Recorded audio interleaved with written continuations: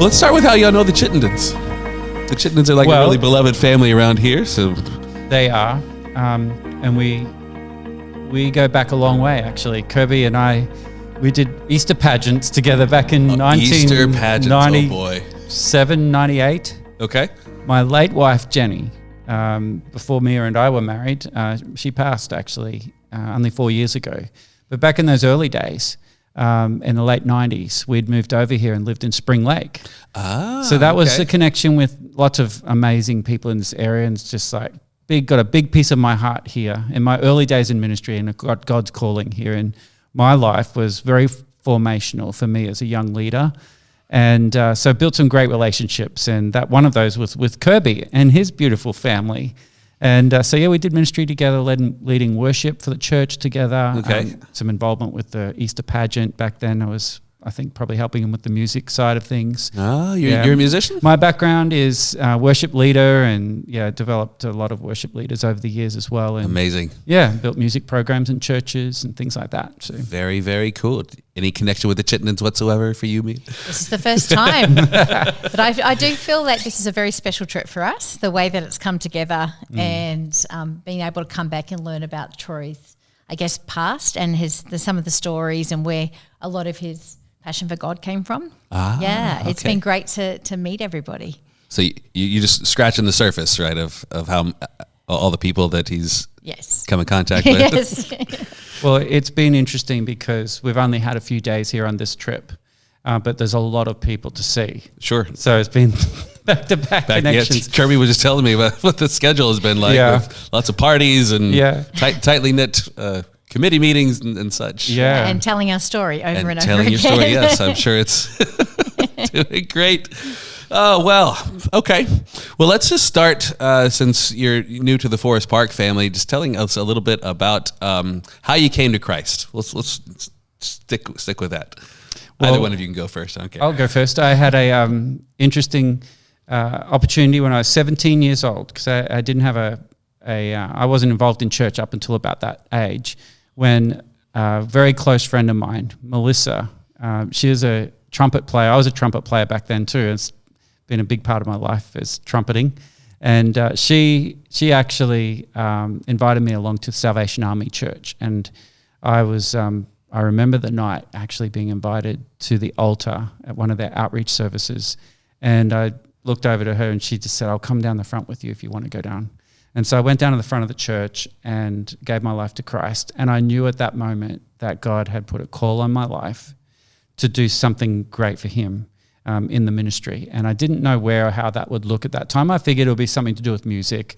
But actually, in the end, it wasn't. I did have a big chunk of my ministry around music, but it ended up becoming church planting and church revitalization, and we can talk about that a bit later on. But that's how I came to Christ. It was just through friendship evangelism and at high school. And Melissa led me to the Lord. She's still one of my best friends today. So does she still play the trumpet? When we get called on every now and then, we'll blow out the dust and take the cobwebs off the trumpets, and we can kind of.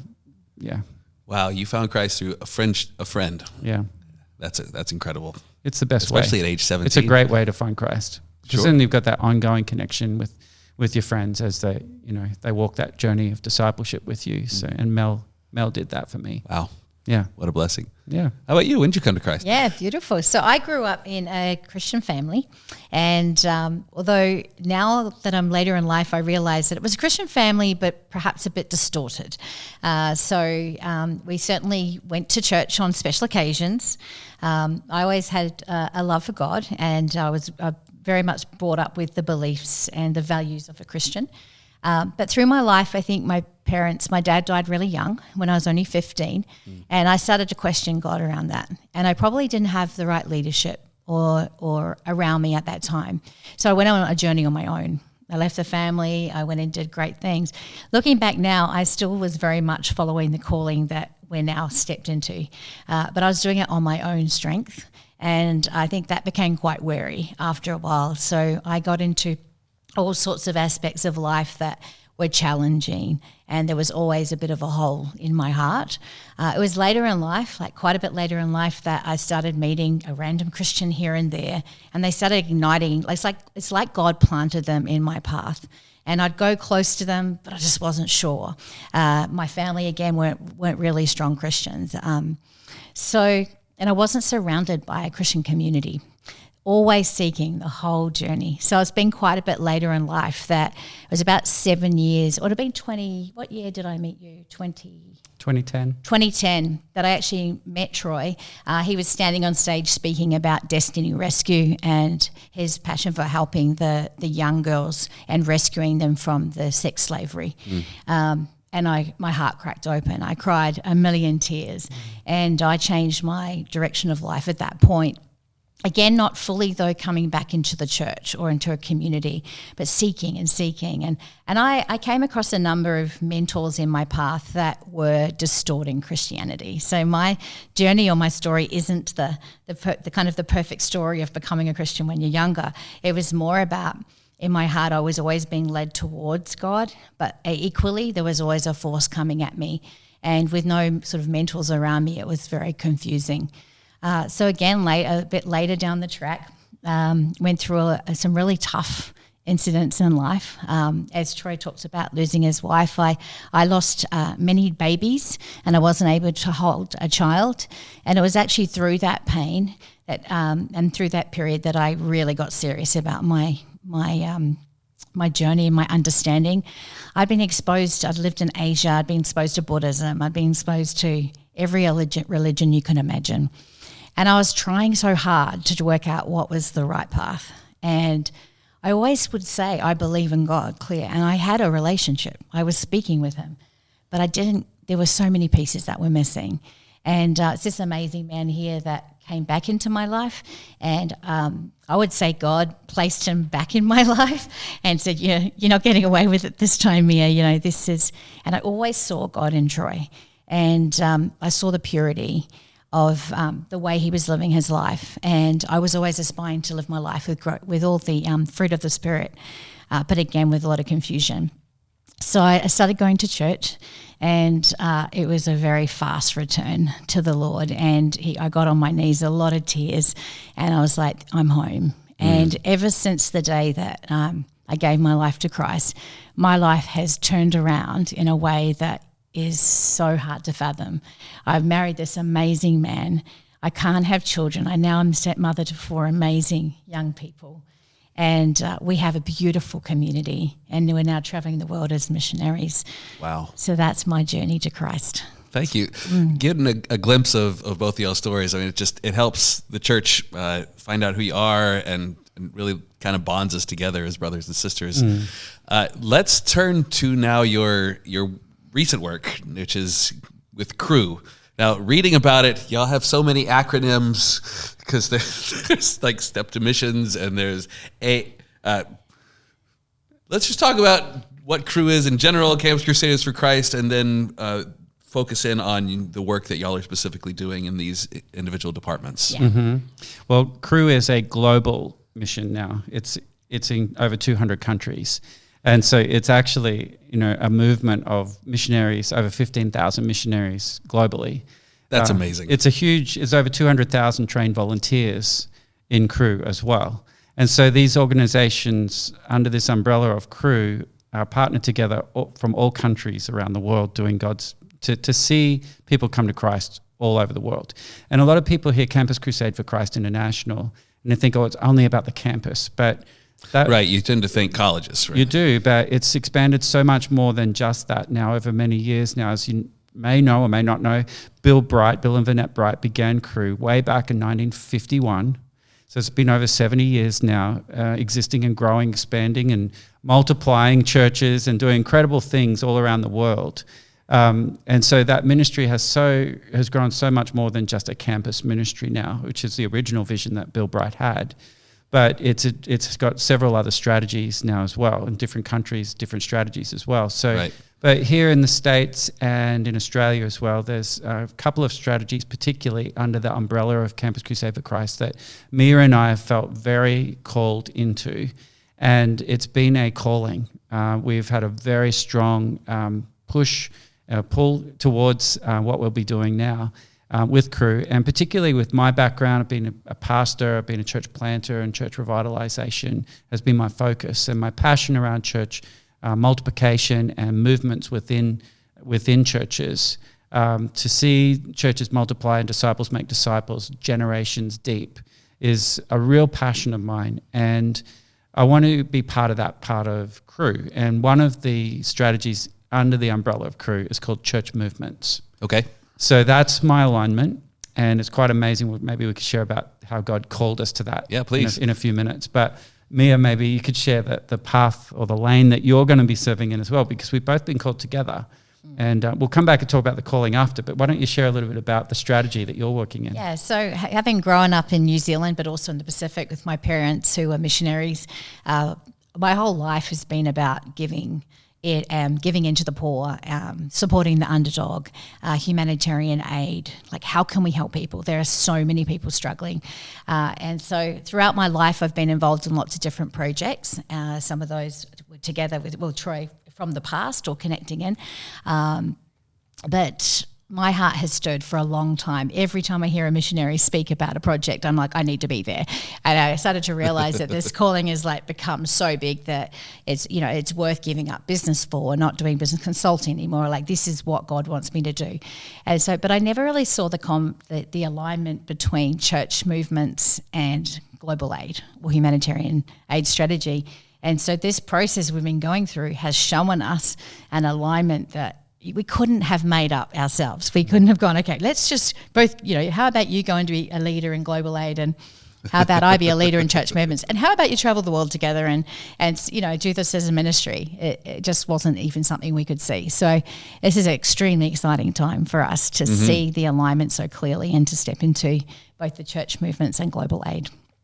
So it sounds like you're more on the pastor, visionary, discipleship, and it sounds like you are super gifted in administration and organization. Yeah, I'd say leadership vision as well. I've come in to be a co-leader and really take the vision of Gain Australia to another level. But also I have the gifting of that organisational, operational structure, processes and systems. Yeah. Processes and systems. Yeah. Processes. What kind of work does that involve with in Cru? Yeah. So under Cru, under the Global Aid Strategy, is an organisation called GAIN. So it's a non-for-profit organisation. It's actually part of a worldwide group. So we're in just recently had a conference in Sydney, Australia, and there was 24 leaders there from 10 different countries. So we're connecting in with not only the US, but Canada, Europe, Asia, the Pacific, Australia. So it's huge. I thought I was joining this little organisation, but it's actually part of something much, much bigger. Right. And the opportunities there are huge. At the moment, we currently got 3 major strategies that we work with. We work with medical missions. So we set up medical missions in Asia. And now I've been asked to look at opening up the Pacific Islands as well. Having had a background in the Pacific Islands, perfect alignment. Sure. Working with water wells, building water wells in Africa, but also which is creating the water well, creating the marketplace for the villages.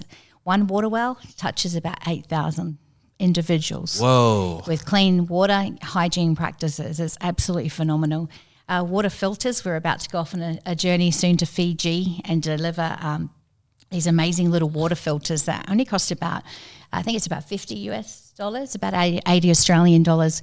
And we put them into homes. And while we're there, we talk about water for life. We give them running water, which lasts for 20 years. We show them how to use the system. We connect them with the church. We talk about the gospel. And a very, very high percentage of those families, come to Christ. So. Wow. And our third strategy at the moment is disaster response. So there are disasters happening, as we know, all around the world. And Australia is kind of one of the closer countries to Asia and the Pacific.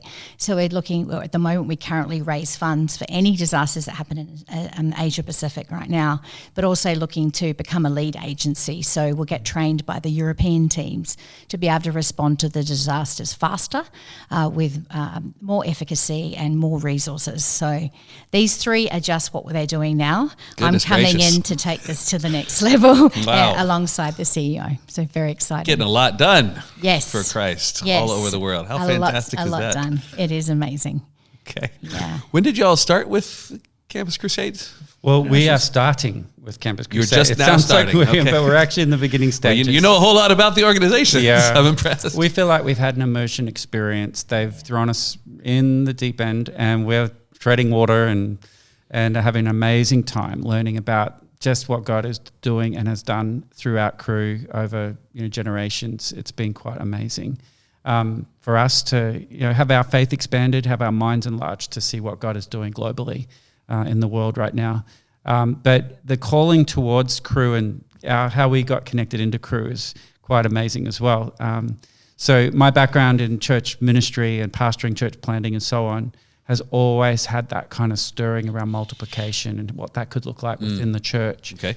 Based on the discipleship methods of Jesus and how he did it, how he would win people, how he would build and train people, and how he would send people, which is actually what I'm now going to be doing with Crew. Say those three again. Build, win, build, and send. and send. Okay, Yeah. thanks. And so we're looking at how did Jesus do that, and how did the apostles do that, and what's that look like in the early days, in the Bible days, and what were those principles of how that would be transferable into today, and how can we as local churches, leaders, pastors, and so on have that mind shift and be able to do that today and creating making disciples. So that's a really big key to what I'll be focusing on. But so that's been part of my calling, and we're like, well, how can we do that in the next level and not just in one local church, which I've been in one local church here, one local church here, one local church here, Sure. over my whole ministry, maybe about 30 years now. And then Mia's had similar experiences just with humanitarian aid and leadership development and working with companies and helping them grow and experience, revitalization as well. And so that's been some of her calling and background too. So we're like, well, God's brought us together. And I mean, even on our wedding vows, I think a year and a half ago we were married. And you babies. Yeah. But we really, really sense God brought us together and put us together for not just our, to build a family with, our kids now, but to also, do ministry at that, for this next chapter of our lives. And so we feel very strong about that. And even in our wedding vows, we were talking about that, weren't we? And so, God has set us up. We didn't know where, we didn't know how, but we knew the stirring and the passion, the gifts that he'd put within us to do that. So we were praying a lot over the last year. And I was pastoring a church, and we sensed throughout that year that we needed to put our cards on the table and tell the elders and tell the church where we were, what's happening within us, that strong stirring of the Holy Spirit within us is like leading us to that place of saying, all right, next step, we're going to step out in faith and we're going to move into missionary work. And so we shared that with our elders in the church there, and they, in the end, commissioned us as missionaries and sent us, which was quite an amazing experience. But before that... The church that you were pastoring commissions and sends you? They did. What an affirmation of their calling. Absolutely. Goodness gracious. Well, also I had a young associate pastor on my staff. His name's Timothy. He was my Timothy. And I raised him up for 3 years, and I commissioned him as the new lead pastor of the church as well. So there was a real sense of multiplication in a sense of handing things over, and then they sent us and so on. But it was around August last year. Do you want to share a little bit about the prayer and fasting time? Yeah, we decided to go into prayer and fasting. We were in a change period. We knew it was happening. We knew we needed to start to pray more, because we were very clear on the release of the church and the handing over, and the Troy stepping more into a mentorship role with the new pastor. And I was clear that I would be moving from women's ministry more into missions. So that's all we knew. But we knew we needed to pray a lot harder. So we called prayer and fasting period in the church with everyone for 21 days. Everyone joined you in this. Everyone joined us with this. And of course, this is something that's become quite common for us. When we do something, we bring everyone along. So even this walking in faith, now many of our team that have joined us are now walking in faith. And this is incredible to see already how the ripple effect. So it was day 3 of prayer and fasting. I was recovering from a major surgery. I wasn't sure what I was going to be doing next. Oh, what great timing. Yeah. I mean, God made sure that everything was broken down in me so I would surrender to Troy's big ideas. That's right. Oh. And day 3, Troy got a call from a guy called Bill Hodgson from Melbourne. Yeah. And he was head of Powder Change, but also Crew International. So he was one of the big guys that, was sort of seeking out some new people to come on board. And he saw a lot of the stuff that Troy had been doing online in the past, which he had put on hold a little bit of it as his late wife was very sick. And so he called up Troy, and I just knew as soon as he came to me, he said to me, there's this guy, they're saying come to Melbourne in 3 days. And I just said, go for it. Yeah. I think I might have had a lot of medication on board from the surgery at the time. And there's kind of quite a few funny parts to the story, but I was like, go for it, off you go. And so you continued the story. Well, it was amazing to get a phone call on day 3 of our fast, and we're praying specifically for clarity. That was what we sensed. This fast was for clarity for the future for us. So we're like really earnestly praying to God, show us. We've got this strong sense of calling, but we didn't know where or that would be. And as we prayed on day 3, and this call came in from Bill Hodgson. Bill is the overseer of church movements for vice president for North America, Australia, and some of Australasia. And so he's got this huge region, huge responsibility, and he's looking at my videos online and about church planting. And it was really intrigued him. And so he called me to discuss this and see, could I be part of church movements? I said, well, we're at a crossroads right now, and we're praying about... Funny you should mention that. Praying about the future, and this is a perfect fit. And our hearts were just in like complete alignment. There was just such a strong kind of connection. And so within 3 days, I was on a plane to Melbourne and visiting with the CEO of Power to Change and the national strategy directors and others on the team. Bill Hodgson was there and a few others. And Mia's like sending me off from home saying, see you later. And new husband. Yeah. go find off adventure. And she's like, don't forget, I've got a calling too. Right? Right, sure. So I'm following hard after this. I get to the airport. I get on the plane. As I get on the plane, I open up my Bible app.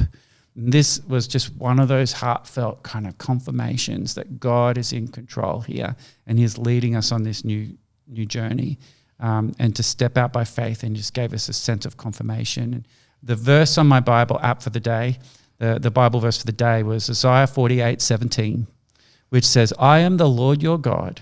I'm teaching you what you should do, and I'm leading you on the path you should follow. Wow. I'm like, thank you, Lord. All right, we'll take that one. Wow, no kidding. Yeah.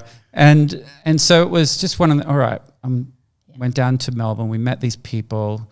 I said, well, there was an instant connection. And I just knew I found my people. I knew I was with the right people, world-class leaders, and just an incredible organization to be a part of. So I felt very blessed and very confident about that. But at the same time, I was like, well, how's my beautiful wife fit in? She's got a calling as strong as mine. Right. And so I shared some of her passions and giftings, and there were in the room, there was like an amazing sense. It's like, we've been praying for a couple of years for a couple just like you, an experienced pastor and a partner or wife who would have the gifts and passions towards humanitarian aid. We have the COO role of Gain Australia that would be a perfect fit for Mia. And after interviewing Mia, we got her on Zoom, right? Because she's still back in Brisbane. We said, let's get Mia on Zoom. So it was funny because I went out and I said, hey, Mia, you want to get on a call with us? We're in the meeting. Are you busy? Yeah. I gave her half an hour to get ready. So she's on the line researching Gain Australia. What is this group? And I attended that call. I may have still had some medication on board from the surgery. I had my pajamas down the bottom and I had a nice silk shirt on and some lipstick. Very classy Zoom. Yeah, very classy Zoom. And of course, we'd all been trained in doing those Zooms in our pajamas. Yeah. And when it went pretty much straight into an interview, didn't it? It did. And it was amazing. It was an amazing moment. Because we knew. We just knew straight away. We knew. Yeah. And I felt relief because this calling had been getting louder and louder for me. And we're both leaders and we were wondering how we're going to be leaders in the world together. We knew that when we first connected, that it would be a little different. Not all couples are like that, but that there would be a strong calling, and we would need to find an alignment. So as I'm sitting in the call, I'm like, this is it. And I met the national director the day after. But isn't that amazing how God answers prayer? Yes. Like we're in time of prayer and fasting, very specifically asking for clarity. It doesn't get any clearer than this, right? And it all came to us. Like God just did all of that. We didn't go knocking and searching. And I got a phone call from Bill. I got on a plane. And they called me, and here we are. And now we're here with you, and we're sharing as part of our next chapter. Now we're involved with, as approved missionaries, with Power to Change, which in Australia, just to catch that, Power to Change is the name for Crew in Australia. Okay. So it's the same thing. It's just different name. I heard it with an accent. Power to change is what you're saying. Yes. I heard powder change. A powder change. not powder change. Power to change. Power. Yeah. Be careful how I say that over And here. there's a process to become a missionary. There's a lot of interviewing of sure. our characters and our background and what we can our gifting. And so that was probably one of the biggest interview processes that I've ever been through. It was incredible. And even going through that as well, we knew that we wouldn't get through unless this was God's wish for us. So that was great. But the process of coming through has been quite a process, and then being called provisional missionaries. So you're not allowed to be a full-time missionary until you've raised up your prayer team, you've raised up your financial team. Right. And so the whole thing just hangs in the air until you kind of take the next chapter on and go, right, let's go for it. Let's see who's God tapping on the shoulder as far as from hearing our story, who wants to be part of it. And I must say, the journey so far of starting that in Australia and now coming to the US, it's just been so faith building. I've always been in environments where it's been raising funds, fundraising, or raising funds from investors to start a new company or a new project, but to actually walk this path is a whole different world. It's been amazing. Yeah, no kidding. What's the difference there between going to investors versus churches who are actually partnering with you in the gospel? Yeah, well, I mean, in essence, you're removing the discussion around money and worth, and you're sharing a story and you're connecting with hearts. And what they teach you from a crew perspective is they teach you that God has already pre-selected the people that you would work with. That's not how I knew business to be. I didn't know business to be. I'd never been in a kingdom business before. Being very much in the mainstream world, like non-Christian world, doing business, which is a fight. It's a fight for proof and worth, and this is different. It's like, does my heart connect to yours? Do you hear the story? Can you see what we're doing? And clearly laying out the plan. So it's been so natural, and being able to 100% be ourselves as well. Sometimes in the business world, it's not the same. You're expected to show up a certain way, Sure. particularly a woman in business. Sure. And you're expected to behave a certain way, and it's a high pressure environment. This is very different. It's beautiful. It's real. It's pure, and it's really just about a true, honest path. I love that. Wow. So not necessarily cutthroat. It's not cutthroat. No. Although, like, if you think about it, it could be cutthroat in Sure. the sense of, like, we've released from the traditional world. When you become a full-time missionary, you're saying, okay, I'm not in that world anymore, in the sense of making money and having jobs and building businesses. We're now about sharing vision and building a team and bringing people along for the journey. Wow. And it's so much about relationships. It's about praying together. I mean, it's dreamy. It's dreamy for me. That's the female perspective. I love it. It's beautiful. And we get to meet people from all around the world, and we get to say, hey, like, there's people that would probably love to be missionaries or be even on the road, but they can't. They're people at the end of their careers that are sitting at home. They're empty nesters. People, the kids have left, and they're like, what next, God? And some of those people are the ones that are coming beside us and saying, well, can we journey with you? And we're like, absolutely, we would love that. And we see that as an honor and a privilege to be able to lead a team of people from around the world that say, hey, we want to journey with you. Wow. For the purpose of God, for God's work. It's special. It is. Yeah, we've got a strong sense that, God has put a calling on our lives. And I think an encouragement for everyone listening is that God has a calling on all of our lives. And, it's not just, and sometimes very specific in like the way I prayed, and, God's very specifically opened this up and said, this is what we want you to do next. God has made that very clear to us. But, we're all called. We're all called. We're called to love the Lord our God with all our heart, mind, soul, and strength. We're called to love each other. We're called to make disciples. We're called to go into all the world. We're called to baptize people into the fellowship. We've got a strong calling. Every Christ follower has a calling on their life. And, this, I guess, is an encouragement to everyone listening is how are you following that calling? Are you listening to God? And as we pray, sometimes he clarifies it for us too and makes it say, hey, speak to that person, or, share the gospel with that person, or you take that person under your wing and you disciple that person, or you reach out and you give to that person. And so there's, the Holy Spirit is always tapping us on the shoulder and showing us, calling us, speaking to us to do something for him. And I guess that's a little encouragement from, if you've listened to us sharing today, it would be about that, saying, follow your calling too. Because sometimes people, will see us walking with faith, and there's all different perspectives of that. Some people think, absolutely, of course you would go out and walk by faith, and others would say you're only in your early 50s and you've got a family, and is it responsible? There's a whole bunch of mindsets in the world from people that are just saying that would see what we're doing as differently. But when we actually have started doing this with our meetings, the most amazing things have been happening. I'm thinking about one woman in particular who we'd met prior to sort of announcing that we're definitely going on this path. And she was really a new Christian, seeking the Lord, learning, hungry, incredibly broken in many ways, like many of us, all humans.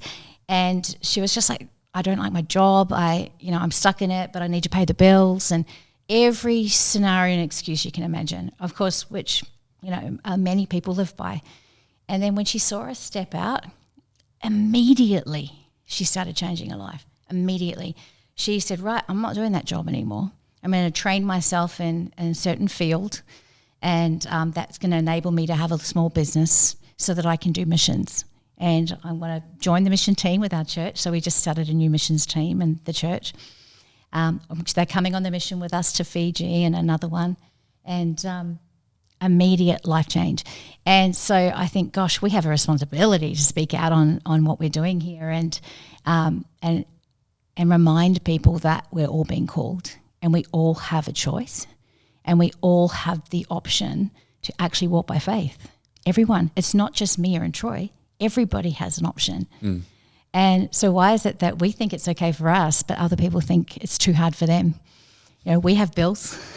Right. Right? Yeah. So I do encourage through this podcast, like sharing, is that if you're having a huge stirring in your heart, and it doesn't matter what that's for, it's whatever your gifting is, and it may not make sense in the world, in the sense of like, I don't know how I'm going to make money through that or pay my bills or look after my family.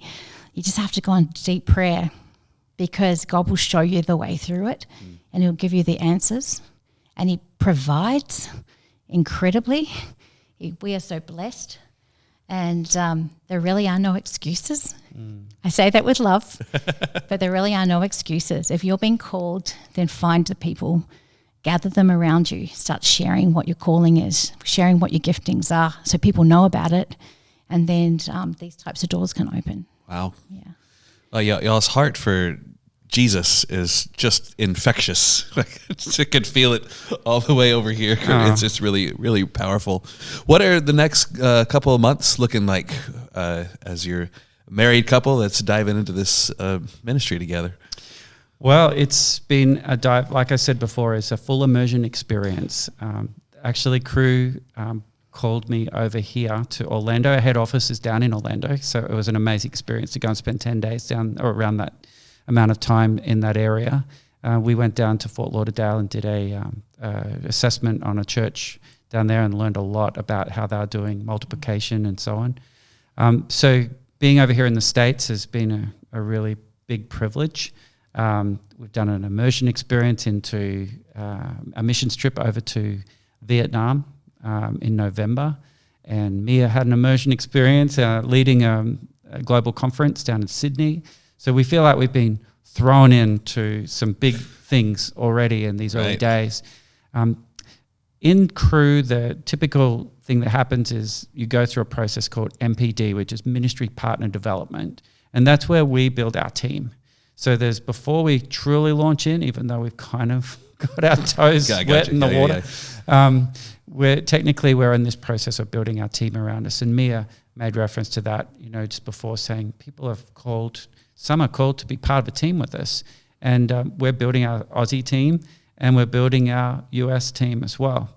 And just, folks, maybe a couple of great churches we're praying for specifically over here would come alongside us and walk the journey with us and say, we want to be in relationship with you. We want to take a faith journey together and see what could we do together, because we can't do what we're called to do without the support of those around us. So we're building our by faith, the right people. We're praying and saying, Lord, bring the right people on our team. We're calling it Team Change Makers. And the next... very fancy. Yeah, Team Change Makers. And we would love to, invite people along on that journey with us. People can go to join up and be part of that team with us. Prayer support, financial support, and we'd love to walk that journey of faith together. Yeah, where can we find all that information? Yeah. Is there a Troy and Mia website somewhere? Or? Well, it's actually through Crew. Crew. You can go to the Crew website, which I'll pop this up on the bottom of the podcast. Oh, sweet, yeah. And so that website they have a page set up for us where you can then give and join our team through that page specifically. And beautiful thing is they take care of all that back end. It's a great organization that way. And it's high integrity in the way they use their funds and so on. But then we have an agreed budget with Crew, and then they pay us a salary. So we build our support team first, and once we've reached our target, which is what we're in that process of doing, then once we've reached that target, we're able to officially begin ministry. I use the word officially there because we kind of begun, but officially begin ministry with Crew, and it's very exciting. A 3-year stint, a 5-year? Well, we've made an initial commitment of 3 years, but we're actually in that kind of stage in our life where we feel and believe that this is going to be our final chapter of legacy ministry. How cool is that? I don't think it could get better than what we're part of now, and Yeah, we obviously can't see the future, right? But we can feel it. It's like even coming over to the United States and going to headquarters and just being part of what's happening over here. It's like it's filling us up so much. We're just like, wow, what are we going to be doing years from now? And what I love about joining Team Change Makers is that there's opportunities that we can open many, many doors. Well, God's going to use us to open many doors that people can just step through. So it's, be it come on mission trips. We just met some wonderful women just earlier, and right at the end of the conversation, they're like, we're going to come on a mission trip with you. And they're here from the United States. I'm like, this is possible. We just start bridging the gap between all these countries and doing things together that are meaningful and purposeful. Other people that are perhaps not up for traveling the world, they may become a prayer partner or even a financial partner. But we're going to come back and visit them, and we're going to share stories and be part of their family. We had a beautiful family lunch today with a connection of Troy's from 25 years ago. And we sat there and we met the grandchildren, and, we talked about the gospel and about this adventure. So the doors will open and are opening.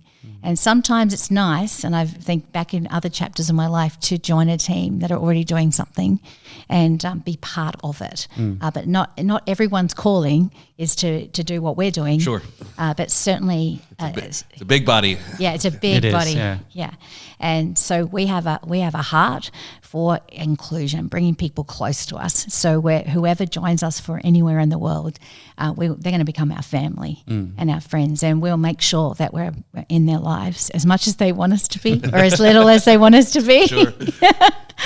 And I think that's a beautiful thing. This is not just about giving a prayer or giving money. It's about joining. Yeah, right. Joining a team. I've said to some of our team members that you've heard our story and how God's led us and stepping out by faith, and that I actually say, you know what, you can step out by faith too. Like, be part of our team with us. that's stepping out by faith, and join us in faith and believe for God to do some mighty exploits in our lifetime together that we couldn't do alone. Yes. I can't do these things alone. Mia can't do these things alone, but together we could do some incredible things together. And yeah, God has called us to this final chapter of ministry for us. It could be the next 15, 20 years. And I believe we're going to see God do some mighty exploits. That's very exciting. Tens of thousands, maybe hundreds of thousands of people will hear the gospel through what we're about to step into. Absolutely. What do your kids think about this new venture? Yeah. Oh, they love it. They're fully supportive, 100%. That was an important part of the process, was sharing the vision with the kids. So before we agreed to anything, we sat them down, and we often do have these amazing family nights where we talk about all sorts of things. And so we set it up and said, we want to share something, and we would like your honest feelings and thoughts around it. And we just got yes from all of them. Like, of course. And they're all welcome to come on the journey at any point with us. And some of them are. There's a couple of them already supporting us. Okay, that's amazing. Yeah, they're on board with us very much. Yeah, so that's a blessing. Sure. Wow, that's amazing. Yeah. Well, Troy, Mia, this has been fantastic. Thank you so much for stopping by. Kirby, thanks so much for introducing them to us. You can't see him. He's off camera. Any final message that you'd like to offer the Forest Park people as a connector? Oh, gee. Well, we've been praying. We've been praying for you guys. Through Kirby, obviously, a good friend over many years. Great connection. I trust him and love him and the family so much. And I know from what he's told me already about your church that we just want to partner with you, want to love you guys, want to pray for you. And when we come back again, definitely come and visit, and get to meet more of you. And that would be amazing. Okay. Beautiful. Yeah. And my final thing to the church would be, any form of stirring, just listen. Create some silence and listen to that stirring in your belly or in your heart or in your mind, and go for it. Just ask the Lord, where do I go? Go into prayer as often as you can. If you're praying once a day, pray 3 times a day. Increase your prayer. Increase your silence and your presence so you can hear the Lord. And when he gives you a message, and if it doesn't make sense, just listen and ask more questions. And when it starts to make sense, go for it. A beautiful encouragement. Thank you so much. And blessings to both of you as you start this exciting adventure. Thank you. Thank you for having us here today. God bless. Thank you.